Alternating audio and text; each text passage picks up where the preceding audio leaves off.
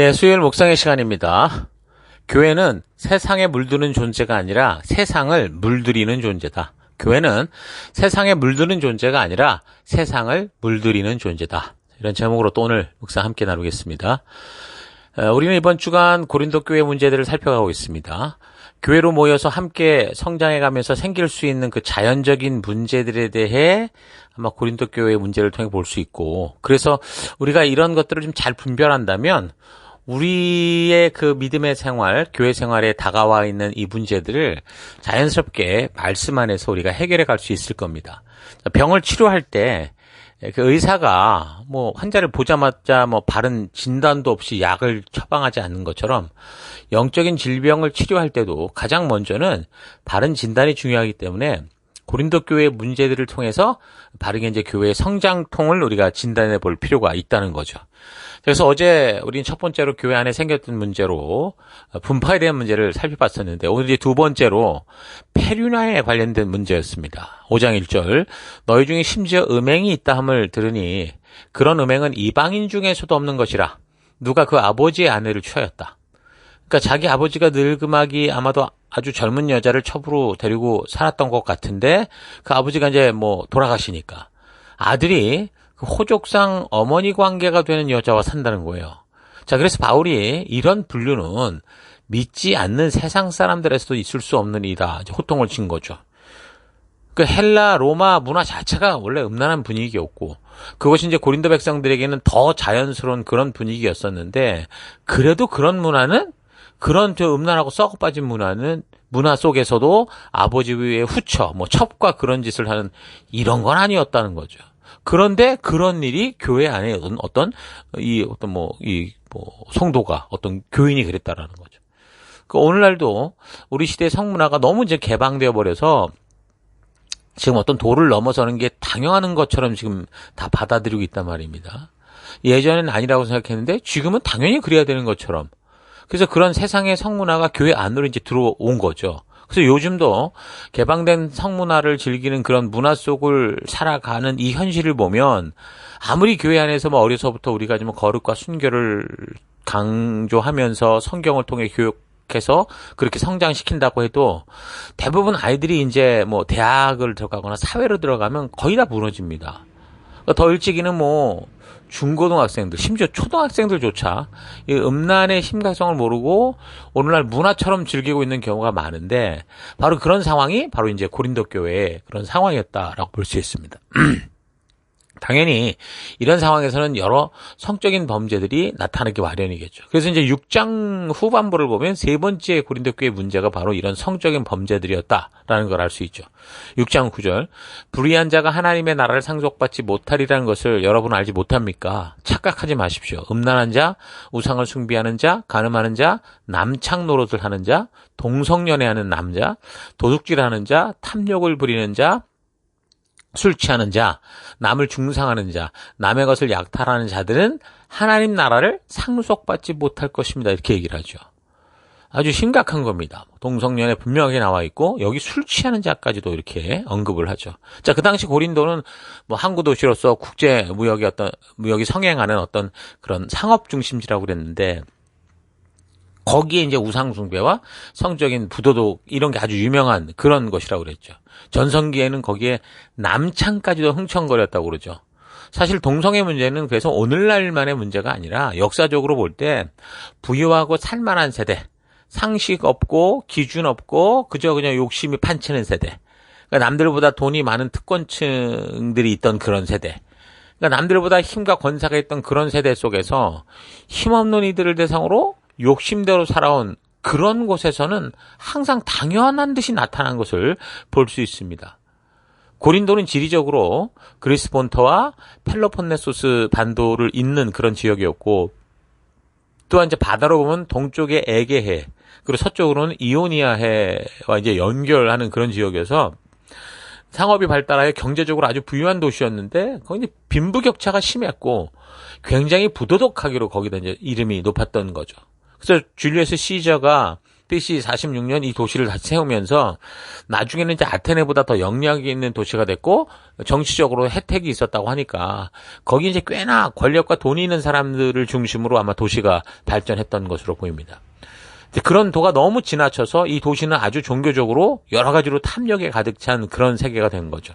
그래서 고대의 어느 작가가 말하기를 그 당시 고린도인 같이 행동한다라고 그렇게 말을 하는 경우는 결혼하지 않은 사람들이 서스럼 없이 이 사람 저 사람과 성적인 관계를 막 가질 때 완전히 뭐 그냥 바람둥이 같은 그런 삶을 살 때 이제 그렇게 묘사를 했다는 거죠. 자, 고린도가 이런 도시였는데 그런 문화적 배경에 자라났던 고린도 교인들 중에서도 이런 성적인 범죄에 쉽게 빠져들고 심지어 창남, 창녀, 매춘부들과 성적인 관계를 가지는 사람들도 있었다라는 거죠. 그러니까 그 당시 고린도 도시의 음란함을 뛰어넘는 시대가 바로 오늘 우리가 살아가는 이 시대입니다. 남자나 여자, 젊은이나 젊은 청년이나 청소년이나 어른이나 정치가나 목회자나 할 거 없이 성적인 일에 조금만 방심을 하면 쉽게 음란함에 빠져들 수 있는 그런 시대가 됐죠. 돈이 있고 권력이 있는 사람들은 점점 더 많은 것을 자기들이 원하는 대로 가지고 있고 그렇지 않은 사람들은 몇몇 특별하게 고위층으로 도약하는 중산층들 외에는 대부분 다 저소득층으로 좀 떨어져 가고 있다는 거예요. 근데 고린도 사회와 같이 극단적 빈익빈 부익부의 현상들이 생기는 그런 모습인 겁니다. 그러니까 대체로 어느 나라를 막론하고 대부분 그 상위 10% 정도의 사람들이 그 나라의 90%에 가까운 부유를 어떤 재산들을 소유하고 있는 상태고 그러니까 오늘날 우리가 살아가는 현상들이 이런 모습 아닙니까? 그래서 고린도에서 벌어졌던 이 음란한 일들도 현재 부유층들 속에서 암암리에 행해지고 있는 것들이라는 거죠. 몇 해 전 뉴스에 꽤 됐지만 삼성 회장이 그 늙은 나이에도 돈을 주고 어떤 유명인들인지 성적인 관계를 가지는 것이 보도된 적이 있어요. 근데 아마도 이게 빙산의 일각이겠죠. 이제 공부도 끝나지 않은 젊은 애들이 부모의 힘으로 고급 승용차 가지고 광란의 질주를 벌이고 마약과 술과 클럽과 유명 연예인들과 섞여 살아가는 게 무슨 당연한 것 같은 세상. 그래서 항상 무슨 인싸니 아싸니 이게 나뉘는 세상. 그런 데서 이제 그런 욕정을 대표하는 일들이 그런 데서 빠지지 않는 최고의 모습이 뭐냐? 바로 이제 성적인 문제라는 거죠. 마약이 있어도 성적인 문제, 이래도 성적인 문제, 다 성적인 이 음란함은 기본으로 깔려 있는 걸 볼 수 있습니다. 그러니까 9절부터 10절을 참고할 때 분명히 이런 죄를 범하는 자들은 하나님 나라를 유업으로 받지 못한다라고 분명히 반복하고 있다라는 거 우리가 잘 기억해야 됩니다. 6장 9절 불의한 자나 하나님의 나라를 유업으로 받지 못할 줄을 알지 못하냐. 미혹을 받지 말라. 음행하는 자, 우상숭배하는 자, 간음한 자, 탐색하는 자, 남색하는 자, 동성연애를 말하는 거죠. 도적, 탐욕 부리는 자, 술 취하는 자, 여기 또 술 취하는 자가 나와 있어요. 모욕하는 자, 속여 뺏는 자, 다 하나님 나라를 유업으로 받지 못한다라고 말하죠. 그러니까 한번 믿고 나면 우리는 어떻게 알고 있습니까? 삶의 현장에서 어떻게 살 텐지 우리는 천국이 보장된 그런 성도다. 이렇게 우리가 보통 알고 있는데 아주 경각심을 일으키는 말씀입니다. 구원을 얻고 하나님 나라의 유업을 받은 것은 분명히 그거는 우리의 실력과 능력이 아니라 하나님의 은혜로 말미암는 믿음의 결과지만 이 지금 우리가 이 고린도 교회의 문제를 살펴볼 때 지금 교회에게 보낸 편지였단 말이에요. 이 구절을 볼 때 절대로 그것이 끝까지 보장되는 건 아니다라는 것도 알 수 있다는 거죠. 그러니까 경각심을 가져야 되는 것은 아무리 교회 중심적인 삶을 살게 된다고 해도 결국 우리 애들이 그냥 우리끼리만 살고 있는 게 아니라 결국은 사회로 나가야 돼요. 학교를 가고 사회를 나가서 그렇게 생활해야 되는 게 오늘 우리의 현실 아닙니까? 이건 어쩔 수 없는 우리의 생존 방법이란 말이에요.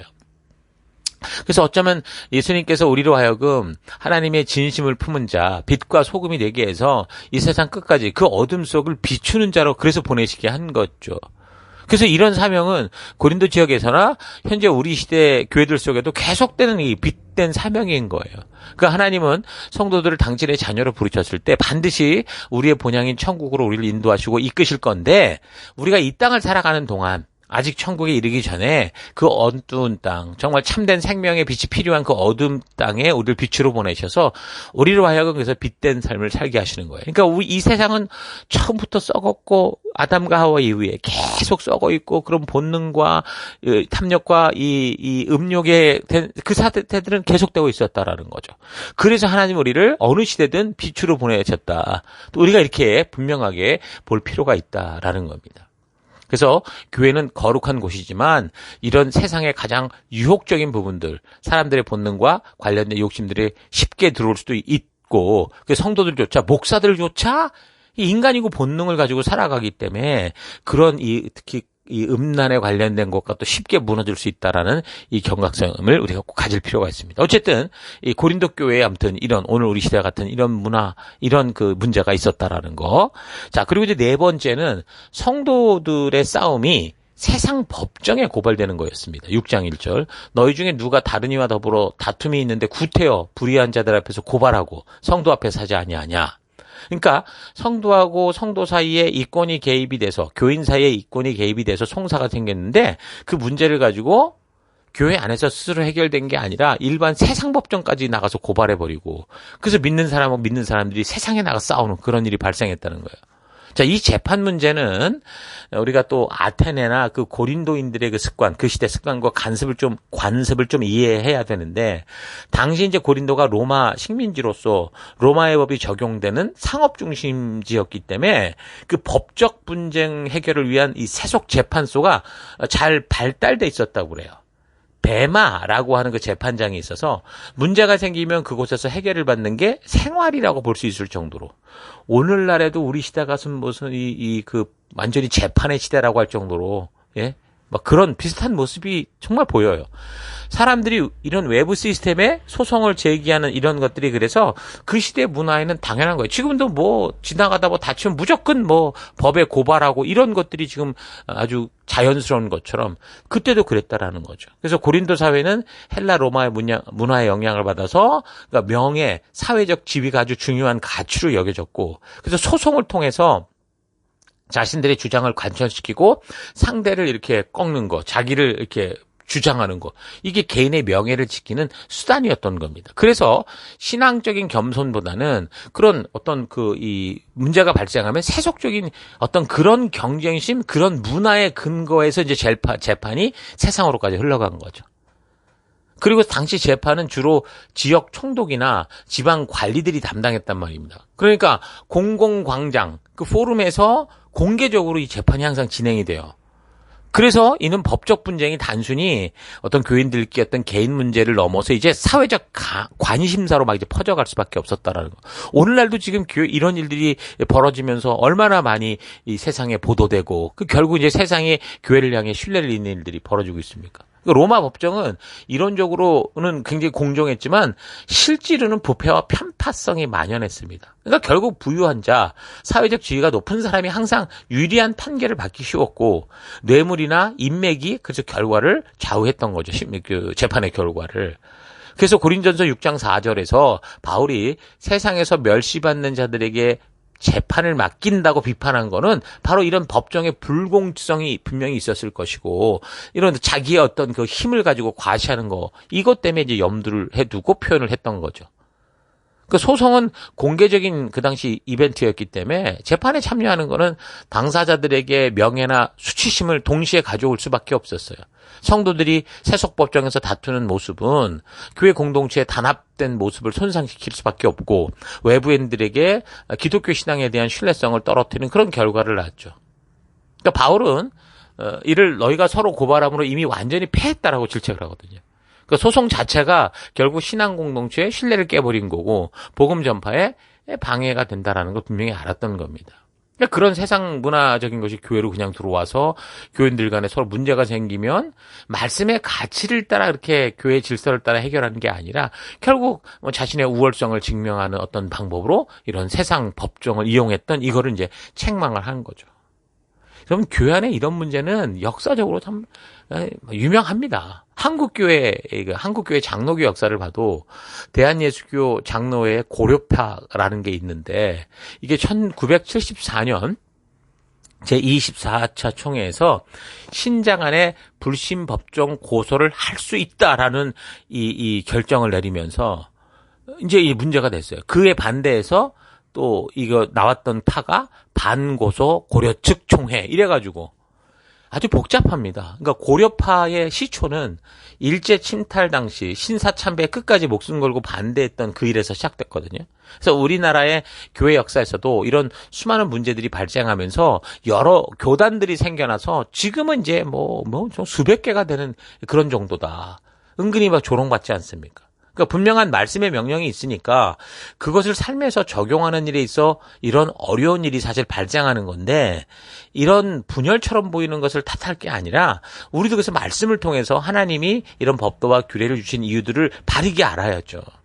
어떻게 보면 이런 거를 분별해가고 찾아가는 게 지저분해 보일 정도일 수 있어요. 무슨 신앙인들끼리. 그런데 말씀으로 분별하는 일은 해야 됩니다. 그래서 말씀 그대로 살기 위한 노력을 해나가는 거 포기하지 말아야 돼요. 복잡하니까 세상으로 끌고 와서 세상에서 싸우는 거 이거 아니라는 거죠.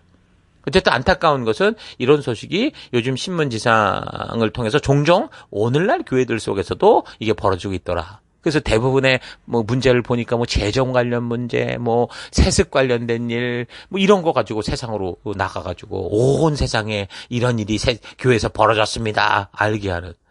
또 안타까운 건 최근 유독 많이 발생하는 성폭력, 사기, 성추행 이런 거.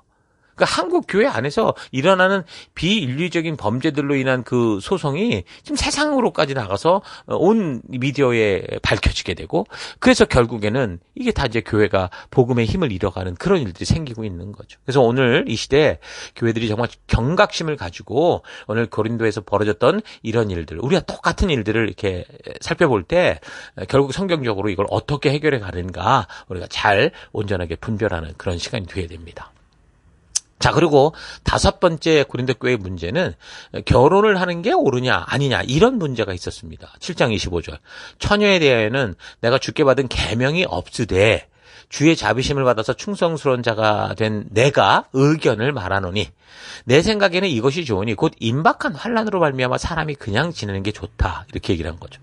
자, 우리가 들으면 말도 안 되는 소리인데 왜 문제가 됐냐면 바울이 그 과거 복음을 전하는 그때 그 예수님이 곧 오신다고 그랬고 승천의 자리에서 너희가 내가 오는 걸 볼 사람도 있다고 그렇게 말씀을 하셨었기 때문에 예수님의 재림의 날이 곧 올 것이라고 그렇게 다 믿었던 거죠. 그 시대에 다 올 거라고 다 생각을 했던 겁니다. 그래서 이제 곧 다가올 임박한 환난, 재림이 있을 거니까 아직 결혼하지 않은 사람들은 혼자 지내는 게 좋겠다. 그렇게 바울이 자기의 그냥 사견을 말했던 겁니다. 그러니까 이거는 기독교에서 말하는, 그러니까 율법과 법도에서 말하는 중요한 교리가 아니고 그저 바울의 어떤 하나의 고견이었던 거죠. 내가 주께 받은 계명이 없으되 25절 딱 그렇게 말하잖아요. 내가 내 의견을 말한다 이렇게. 그러니까 결혼을 하지 말라는 게 아니라 자기가 볼 때 곧 예수님이 이제 재림하신다고 그랬으니 재림 전에 어떤 전쟁과 환난과 핍박 같은 게 올 건데 이런 환난을 이기고 깨어있기 위해서 그러니까 영적으로 집중하기 위해서 그냥 혼자 있는 게 낫지 않겠냐. 결혼을 하면 또 누군가를 책임지고 이런 일에 있어서 더 어려운 일들이 발생을 하니까 결혼한 사람들은 어쩔 수 없지만 아직 그렇지 않다면 그냥 혼자 지내는 게 더 좋을 것 같다고 생각을 한다라고 말을 했던 건데 이걸 가지고 이제 교리처럼 만들어가지고 결혼할 수 있다파 또 결혼할 수 없다파 이런 식으로 또 나뉘어 분리가 됐던 것. 그게 이제 고린도 교회의 문제였던 겁니다. 자, 그리고 여섯 번째 문제는 우상제물에 관한 문제였는데 8장 4절 그러므로 우상제물을 먹는 일에 대하여는 우리가 우상은 세상에 아무것도 아니고 또한 하나님은 한 분밖에 없는 줄 안다. 이렇게 얘기를 해요. 그러니까 고린도의 창녀가 1000명이나 되는 아프로디테 여신전이 있었다고 그랬는데 그곳에 가서 제사 드린답시고 동물 한 마리씩 가져가가지고는 갖다 주고 이제 결국 그들의 그 제사의 그 행위가 창녀들과 음란한 짓을 하는 거였으니까. 그렇게 좋지 않은 의도를 가지고 신전에 동물을 바쳐온단 말이에요. 돈을 갖다 바치듯. 그럼 제사 후에는 이제 결국 돈과 그 바쳐진 것들을 누가 먹고 살아요? 창녀들이 먹고 사는 거죠. 근데 얼마나 양이 많았으면, 그러니까 얼마나 많은 사람이 갔으면 신전에 소속되는 그 1000명이 넘는 창녀들과 또 그에 관련된 종사자들이 먹고도 너무 많이 남으니까 그걸 시장에 싸게 내다 팔았던 거죠. 그러니까 고린도에 있던 아프로디테 신전에서 종교라는 명목 아래 1,000명의 무녀 창녀들이 종교 행사 후에 참가자들과 성행위를 하는 것이 유행처럼 번져서 그 도시의 사람들만이 아니라 외국인들까지 이 고린도에 유혹이 되었단 말이에요. 뭐 얼핏 보니까 뭐 그냥 뭐 저렇게 하는데 야, 저 가니까 뭐 그냥 내가 한 대로 하네. 내 욕심대로 하네. 이렇게 했던 거죠. 그러니까 이런 음란한 면이 매우 심각했던 거예요. 오늘날도 가끔 어떤 이단 중에 자칫 자꾸 성적인 게 되게 문란해지는 그런 집단들이 있어요. 그러니까 이거를 만약에 신적인 차원으로 넘겨버리면 그때부터는 이거 뭐 이 문란함은 또 뭐예요? 어떻게 잡을 수가 없는 그런 상황이 되는 거죠. 그래서 이제 고린도식으로 산다라는 표현 자체가 부도덕한 행위를 거듭하는 말 그대로 정말 바람둥이의 아주 성적인 걸 밝히는 사람이다. 이렇게 이제 사용될 정도였다고 그랬죠. 그러니까 아마도 그 시대 아무리 그게 문화라고 해도 사람들이 전부 그렇게 미쳐있는 건 아니잖아요. 근데 아마도 가정의 아내들이나 그러니까 자녀를 똑바로 키우고 싶은 그런 분들, 또 정신이 똑바로 박힌 사람들은 그런 문화가 자기 도시의 문화지만 질려 있었을 겁니다. 또 어쨌든 그런 음란한 행위를 위해서 그렇게 시내다가 가져받았던 고기를 창녀들이 그것도 먹다가 남아서 그걸 시장에 내다 팔고 그걸 갖다 싸다고 사 먹으니 그 참 찝찝한 거죠. 그래서 이제 이거에 옳으냐 그르냐 하는 그런 문제가 고린도 교회에 생겼던 겁니다. 또 오늘날도 보면은 왜 제사음식에 대한 이런 선입견들이 있는 경우가 굉장히 많이 있잖아요. 그래서 사실 그런 문제들이 지금도 많이 교회들 안에서 이게 옳으냐 저게 옳으냐 그런 얘기를 많이 할 때가 있거든요.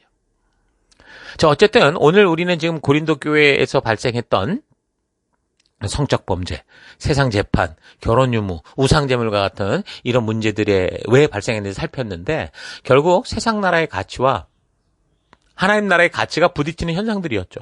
우리는 과연 이런 삶의 현장에서 하나님 나라 법도와 규례와 명령의 그 가치에 담긴 하나님의 의도를 따라 바르게 결정하고 또 어둠 속에 묻힌 자가 아니라 그 어둠을 그리스도의 빛으로 밝히는 삶을 살고 있는지 여러분 또 자세히 좀 생각해 볼 수 있기를 바랍니다. 그래서 오늘 하루 정말 세상에서나 벌어지는 일들이 아닐까 하는 이 교회 안에서의 문제들에 대해서 교회 안에서 하나님 말씀대로 살아가야 하는 것을 안다고 하는 나 자신 스스로조차 이미 그런 세상 문화에 대한 경각심이 무디어져 있어서 나도 모르는 사이에 그런 세상의 가치를 함께 즐기며 세상 유행을 따라 그렇게 똑같이 살고 있지는 않은가 좀 되돌아볼 수 있기를 바라요.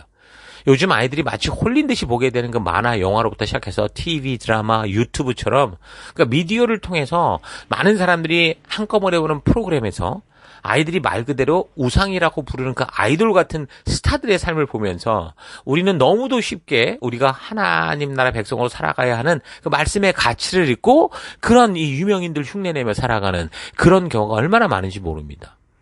사람들은 교육을 통해 좀 더 똑똑해지고 있는데 뭔가 하나님 주신 사람으로서 살아가는 기준에 대해서는 이 성도들도 전혀 무관심해서 시간이 갈수록 자꾸 하나님의 말씀과 거리가 멀어지고 그러니까 자꾸 교회는 종교화돼 가는 거예요. 교회 일주일에 한 번 가면 되고 헌금 내면 되고 기도하면 되고 이런 식으로만. 그래서 그 하나님의 진실한 사랑의 마음을 확실히 모르게 되니까 양심에서 자꾸 하나님 뜻대로 나아가도록 외치는 소리에 대해서 강단을 통해 들려오는 말씀의 기준에 대해 듣는 것조차 이제 불쾌하게 생각하고 그런 불신의 마음을 말씀으로 다듬어 거룩하게 구별하고자 하는 이런 삶을 살려고 하는 게 아니라 오히려 왜 이렇게 교회가 말씀도 길고 뭘 자꾸 공부를 시키냐 이런 식으로 공격하는 일이 많아지죠. 음란의 문제는 성이라고 하는 인간의 그 기본 욕구하고 또 맞물려 있기 때문에 정말 하나님 말씀하시는 바른 기준으로 정확한 그 가치관을 우리가 바르게 가지지 않으면 마치 짐승과 다를 바 없는 오늘날의 삶으로 빠지게 돼 있습니다. 요즘에 청춘 남녀들이 가정 안에서 허용된 이 성에 대해서 얼마나 쉽게 다들 빠집니까? 그러니까 이 남자, 저 남자, 이 여자, 저 여자. 그래서 얼마 전에 뉴스에 뭐 일본이나 한국도 그래나 매독이라는 그 이 성병이 굉장히 유행한다고 들었거든요. 오히려 짐승들은 단지 번식과 관련된 그 시기에만 그렇게 성적인 관계를 하잖아요. 그래서 사람들은 완전히 이렇게 그것과는 또 달라요. 완전히 자신의 욕심 정력과 관련이 있어서 그저 그냥 틈나고 뭐 그냥 어떤 시간 나고 돈 많고 이러면 이 참 큰 문제라는 거죠.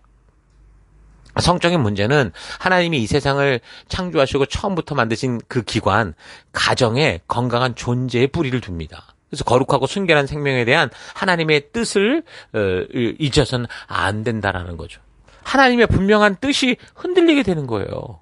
그래서 가정이 흔들리면 어떻게 됩니까? 교회도 흔들리죠. 교회는 이 세상 속에 존재하는 천국입니다. 천국이 뭡니까? 하나님 백성된 자들이 거하는 곳인데, 그래서 교회 안에는 비록 수준이 떨어지고 아직 덜 성숙한 사람이 교회 안에 많다고 해도 이미 은혜로 구원을 얻은 존재들이기 때문에 비록 부족해도 결국은 교회는 천국과 같다고 볼 수 있어요. 다만 이 세상에 우리가 존재하며 하나님 나라를 기다리는 그런 상황이기 때문에 세상 사람들도 다 볼 수 있는 천국이라고 할 수 있겠죠. 그래서 세상은 교회를 보면서, 성도를 보면서 천국을 상상하게 되죠. 세상이 뭡니까? 하나님의 말씀이 삶의 기준이 되지 않은 사람들이 살아가는 곳이고, 교회와 성도는 뭡니까? 하나님 말씀이 삶의 기준이 되어 그 가치대로 살아가는 그런 사람인 거죠. 그런 교회인 거죠. 그래서 세상은 교회를 볼 때 다른 게 아니라 성도들이 그 말씀의 가치를 따라 살아가느냐를 봐요. 나는 이 가치를 가지고 살아가는데 쟤네는 성경의 가치를 따라 살아가는가를 본다는 거죠. 그러니까 성도들은 어떤 상황과 환경 속에서도 하나님의 말씀의 가치가 삶의 이유가 되고, 성도들이 유일한 살아갈 기준을 삼고 그렇게 살아가고 있느냐, 이걸 본다는 거예요. 말을 보는 게 아니라. 자, 교회는 이 땅에 존재하는 동안 끊임없는 세상의 유혹을 받을 거고, 끊임없이 성도들의 삶이 진실인가를 떠보는 일들이 계속될 겁니다. 그래서 우리 교회와 성도들은 유혹과 함정이 많은 삶의 현실 앞에서 어떤 상황과 환경이 다가와도 오직 굳건하고 신실하게 하나님의 약속 믿고 말씀 따라 용기 있게 살아가는 그런 존재가 돼야 되는 겁니다. 그래서 성도인 우리가 세상의 영향을 받고 물들어가는 존재가 아니라 이 세상으로 하여금 하나님의 거룩한 나라로, 영원한 나라로 들어오도록 이끌어야 하죠. 세상에 물드는 교회가 아니라 그래서 세상을 물들이는 교회요 성도가 된다라는 거 잊지 마십시오. 이것이 빛된 삶의 모습인데, 자, 오늘 하루 여러분의 삶의 현장에서 그런 빛된 삶을 살아갈 수 있는 주의 백성 되기를 주의 이름으로 축원합니다. 자, 오늘 하루도 힘내십시오. 잠시 기도하겠습니다. 하나님, 우리를 예수 그리스도의 거룩한 피로 정결하게 하여 이 땅에 사는 동안 거룩한 백성으로 구별하셔서 이 열방의 제사장다운 삶을 살라 하셨는데, 구별되어 나온 그 죽음으로 가는 화려한 세상을 부러워하고 흉내내며 살아왔던 것 회개합니다. 완전히 돌아서서 다시는 그 세상의 길로 가지 않기 원합니다. 비록 우리가 우리 예수님의 얼굴 뵙기 전까지 이 세상에서 살아가겠지만 같은 세상 속에서 어둠을 밝히는 빛된 존재로 살아가기를 결단합니다.